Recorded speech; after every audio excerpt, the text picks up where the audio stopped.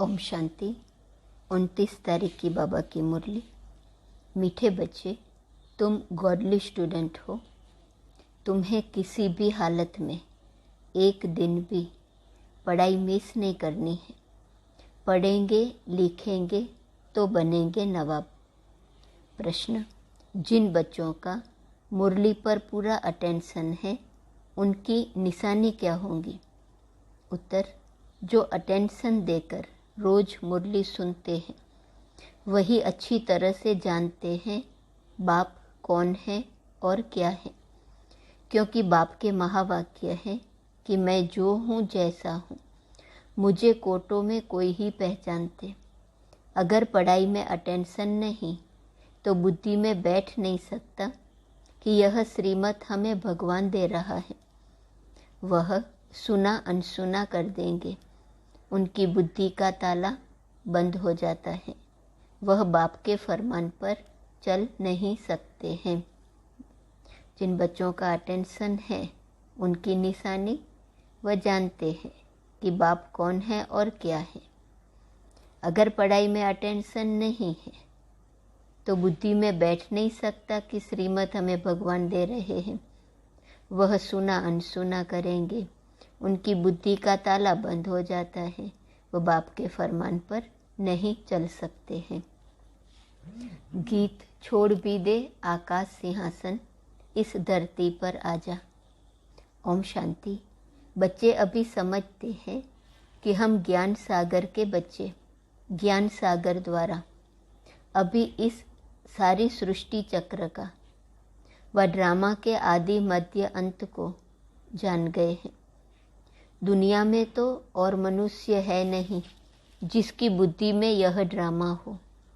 तुम्हारे में भी सब एक जैसा नहीं जानते हैं। तुम बच्चे जानते हो यह भारत अविनाशी खंड है। यह भारत ही सचखंड और झूठ खंड बनता है। सचखंड को स्वर्ग, झूठ खंड को नरक कहा जाता है। यहाँ कई बच्चे समझते हैं यह ज्ञान तो हम रोज सुनते हैं, कोई नई बात थोड़े ही है। नॉलेज को पूरा धारण नहीं करते हैं। तुम गॉडली स्टूडेंट हो। पढ़ाई एक दिन भी मिस नहीं करना है। यही पढ़ाई वैल्यूएबल है। भल कोई बीमार भी हो, वह यहाँ आकर बैठे तो महावाक्य तो सुनेंगे न। सुनते सुनते प्राण शरीर से निकले तो कितनी न सफ़ा मिल जाए। यह है बड़ी हॉस्पिटल। रात दिन पढ़ाई का बहुत शौक़ होना चाहिए। माता पिता को भी रात दिन शौक़ है न। भगवान तुम्हें पढ़ाते हैं। भगवान उवाच, हे बच्चे, तुम अच्छी रीति समझते हो न। तुम तो कहेंगे यह लड़ाई 5000 वर्ष पहले भी लगी थी, आगे तुम नहीं जानते थे। अभी जब बाप ने समझाया है तब समझते हो। तो स्टूडेंट का काम है जो नॉलेज मिलती है उनको धारण करना। यहाँ मुख्य बात है ही पवित्रता की। आत्मा जो आयरन एज में आकर काली बन गई है, खाद पड़ गई है, उसको निकालना है। तुम आत्माओं को अंदर में ख्याल आना चाहिए शिव बाबा हमारे साथ बात कर रहे हैं। अंदर से ये नशा रहे, शिव बाबा हमसे बात कर रहे हैं। तो आत्म अभिमानी बनना पड़े। आत्म अभिमानी यहाँ परमपिता परमात्मा ही बनाते हैं और कोई की ऐसी ताकत नहीं जो ऐसे आत्म अभिमानी बन बैठकर समझाए। भल कहते हैं हम ईश्वर हैं, फलाना है, परंतु जानते कुछ भी नहीं। तुम्हारी बुद्धि में है हम सारे सृष्टि चक्र के आदि मध्य अंत को जानते हैं। धारणा करने वालों में भी नंबरवार तो है न सिर्फ यहाँ, लेकिन जो भी सेंटर है वहाँ भी नंबरवार है। स्टूडेंट कभी एक समान नहीं होते। कोई मास में 20 दिन आते, कोई एक्यूरेट आते होंगे, भल कोई कहाँ भी जाते हैं, परंतु वहाँ भी रेगुलर पढ़ना है। अगर मुरली नहीं पढ़ते हैं तो एब्सेंट डाली जाती है। अगर मुरली जाती है, पढ़ते हैं तो एब्सेंट नहीं कहेंगे। और कोई स्कूलों में ऐसे नहीं होता है। यहाँ बाहर जाने से उनको कुछ न कुछ पढ़ने के लिए देंगे। अगर कोई हॉस्पिटल में है, वहाँ भी जाए तुम उनको मुरली सुना सकते हो। यह मोस्ट वैल्यूएबल नॉलेज है। यह तो जानते हैं जितने अभी पास होंगे उतने कल्पांतर पास होंगे। यह बड़ी भारी पढ़ाई है, इसमें बड़ा अटेंशन चाहिए। ऐसे बहुत बच्चे हैं जिनको माया एकदम नाक से पकड़ लेती है, फिर भी याद नहीं रहता है कि मैं गॉड फादरली स्टूडेंट हूँ। गाया भी जाता है, गज को ग्राह ने खाया। यहाँ की बात है, कुसंग मिलने से खाना आबाद होने के बदले बर्बाद हो जाता है। बहुत थोड़े हैं जो अटेंशन से पढ़ते हैं। बाप कहते हैं मैं जो हूँ जैसा हूँ, विरला कोई मुझे समझ सकते हैं। अनपढ़ बच्चों को कोई बात कहो तो एक कान से सुन दूसरे से निकाल देते हैं। भगवान के हमको डायरेक्शन मिलते हैं, वह बुद्धि में नहीं रहता है। पूरा योग न होने कारण माया बुद्धि को ताला लगा देती है। यह दंड पड़ जाता है क्योंकि फरमान पर नहीं चलते हैं। बाबा कहते हैं मैं इतनी दूर से आया हूँ तुमको पढ़ाने। तुम श्रीमत को मानते नहीं हो तो फिर तुम्हारी क्या गति होगी। भगवान खुद बैठ पढ़ाते हैं, आज्ञा करते हैं। ऐसे नहीं कि प्रेरणा करते हैं, इसमें प्रेरणा की बात नहीं। यह तो ड्रामा बना बनाया है, अनादि है। यह तो पतित मनुष्य भी कह देते हैं कि परमात्मा की प्रेरणा से यह काम होता है, परंतु ऐसे तो है नहीं। ड्रामा का राज कोई भी साधु संत नहीं जानते हैं।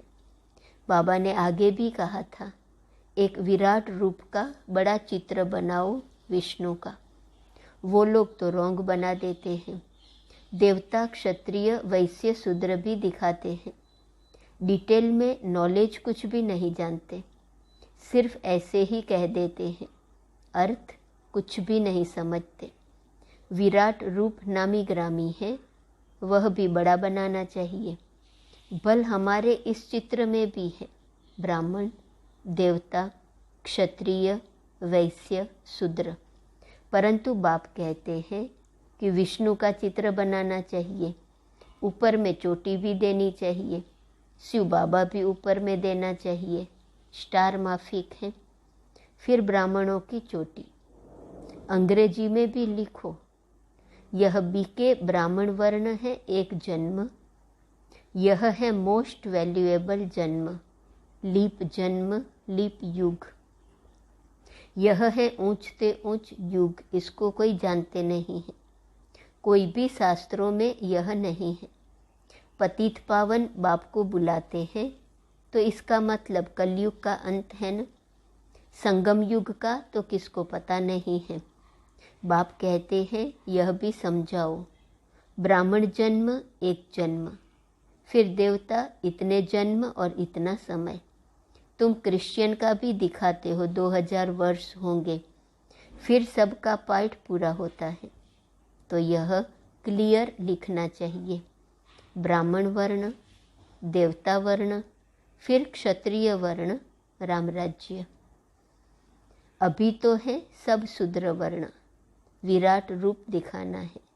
सारा खेल भी भारत पर बना हुआ है। भारत पावन, भारत पतित, बाकी सब बायप्लॉट है। उनका वर्णों के साथ कोई कनेक्शन है नहीं। भारत की महिमा बाप ने समझाई है।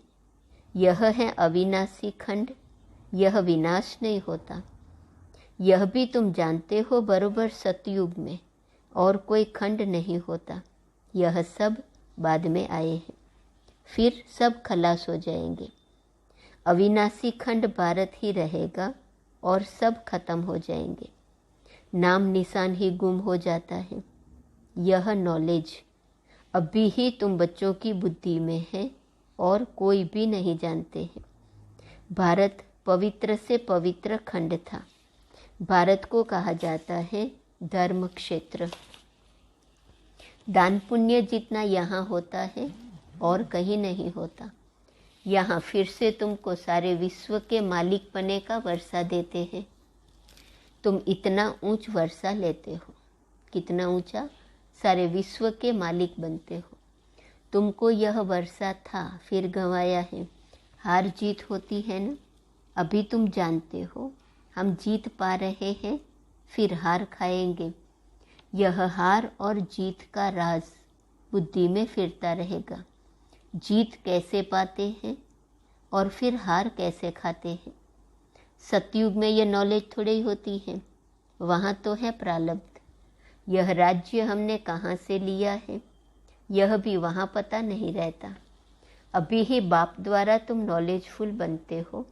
इस नॉलेज के आधार से तुम जाकर प्रारब्ध पाते हो। ड्रामा की रील फिरती रहती है, जो इमर्ज होता है उसी अनुसार तुम्हारी एक्ट चलती रहती है। 84 जन्मों की एक्ट ड्रामा में नोंदी हुई है।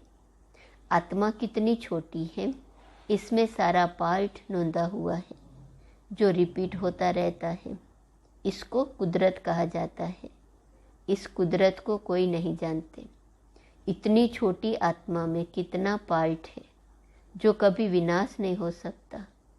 इन साइंस वालों की बुद्धि अपने विनाश का प्रबंध कर रही है। तुम आत्मा उच्च पद पाने का पुरुषार्थ कर रही हो। वह समझते हैं हम अभी स्टार मून के नज़दीक आए हैं, प्लॉट लेंगे। वो बड़ा महत्व देते हैं। हम तो कहते हैं कि यह तो सब अपनी मौत के लिए करते हैं। तुम बच्चे जानते हो यह सब तैयारी हो रही है स्वर्ग के गेट खोलने के लिए। यह लड़ाई भी कर स्वर्ग के गेट कैसे खुलेंगे। पतित दुनिया का विनाश तो चाहिए न। इन बातों को विद्वान पंडित आदि थोड़े ही जानते हैं। यह तुम जानते हो, ड्रामा अनुसार नोंद है। तो तुम बच्चों को यह पढ़ाई पढ़नी है। कोई तो सुनते सुनते पढ़ते पढ़ते ख़त्म हो जाते हैं, कोई तो बैठे हुए भी जैसे कि सुनते नहीं। धारणा जब खुद में हो तब तो औरों को समझा सके। धारणा ही नहीं, सर्विस ही नहीं करते तो पद क्या मिलेगा। हाँ, स्वर्ग में जाएंगे, राजाई में आएंगे, परंतु सब तो राजा नहीं बनेंगे न। पढ़ेंगे, लिखेंगे, होंगे नवाब। जो नहीं पढ़ेंगे पढ़ाएंगे तो बरी ढोनी पड़ेंगी। यह तो होना ही है। जाकर चाकरी करेंगे, राजाई में आएंगे परंतु चाकरी करेंगे न। प्रजा तो ढेर बनती जाती है, लाखों के अंदाज में बनती है। उनके भी तो नौकर चाकर होंगे न। प्रदर्शनी में तो बहुत सुनेंगे, कुछ न कुछ बुद्धि में बैठेगा। आएंगे भी वही जो स्वर्ग में रहने वाले होंगे। संन्यास धर्म वाले थोड़े ही आएंगे। जो थोड़ा बहुत सुनेंगे वह तो प्रजा में ही आ जाएंगे। योग तो लगाते नहीं, विकर्म विनाश तो हो न सके तो पद कहाँ से मिलेगा। तो बच्चों को सारा राज समझाया जाता है। यह राजधानी स्थापन हो रही है। स्थापना जरूर संगम पर ही होगी न। बाप कहते हैं मैं आता ही हूँ कल्प के संगम युग पर। उन्होंने फिर युगे युगे लिख दिया है, तो भी 4 युग अथवा 5 युग कहो, फिर भी इतने अवतार क्यों दिखाए हैं। परशुराम अवतार, कच्छ मच्छ अवतार। परशुराम अवतार के लिए फिर दिखाते हैं कि कुल्हाड़ी उठाए सब क्षत्रियों को मारा। बाप कहते हैं यह कैसे हो सकता है। क्या भगवान ने इतनी हिंसा कुल्हाड़ी से किया। मनुष्य तो जो सुनते सब सत्य सत्य करते रहते हैं, असत्य बात को भी सत्य मान लेते हैं। बाप कहते हैं कि यह सभी असत्य बातें हैं, सत्य कोई भी है नहीं। किसको कहो तो बिगड़ पड़ते हैं। बाप कहते हैं युक्ति से काम लो।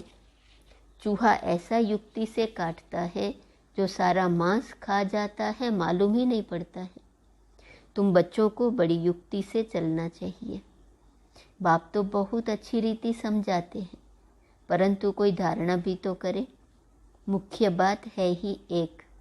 बाप कहते हैं मामेकम याद करो तो तुम्हारे विकर्मों का बोझा खत्म हो जाए, सिवाय योग अग्नि के खाद निकल ना सके, नहीं तो कड़ी सजा खानी पड़ेगी।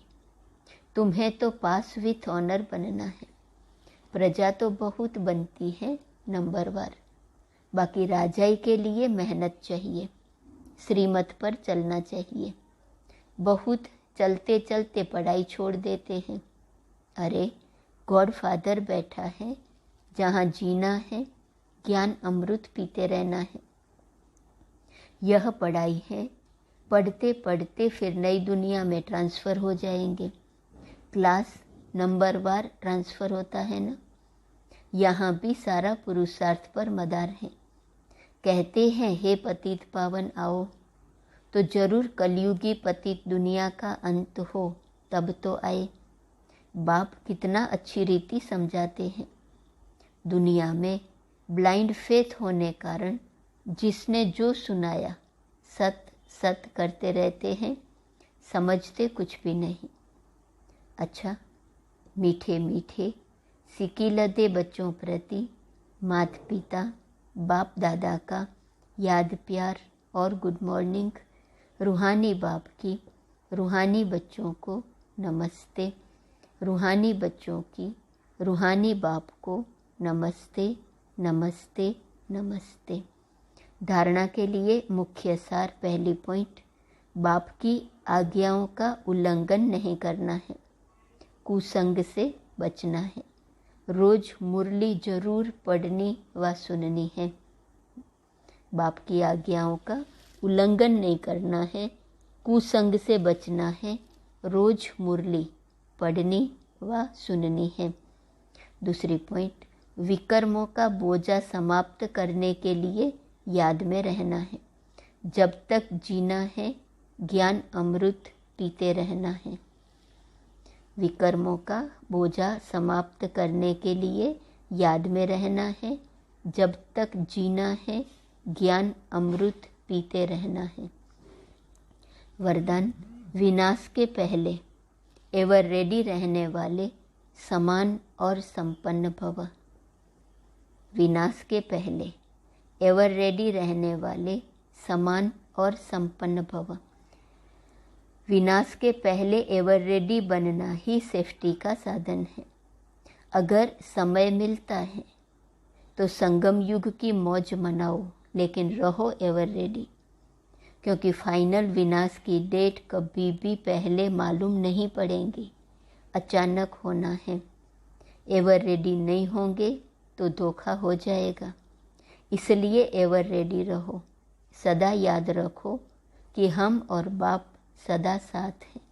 जैसे बाप संपन्न है, वैसे साथ रहने वाले भी समान और संपन्न हो जाएंगे। समान बनने वाले ही साथ चलेंगे। स्लोगन, जिनका स्वभाव निर्मल है, उनके हर कदम में सफलता समाई हुई है। जिनका स्वभाव निर्मल है, उनके हर कदम में सफलता समाई हुई है। आज का स्वमान, मैं रूहानी नशे में रहने वाली आत्मा हूँ। ओम शांति।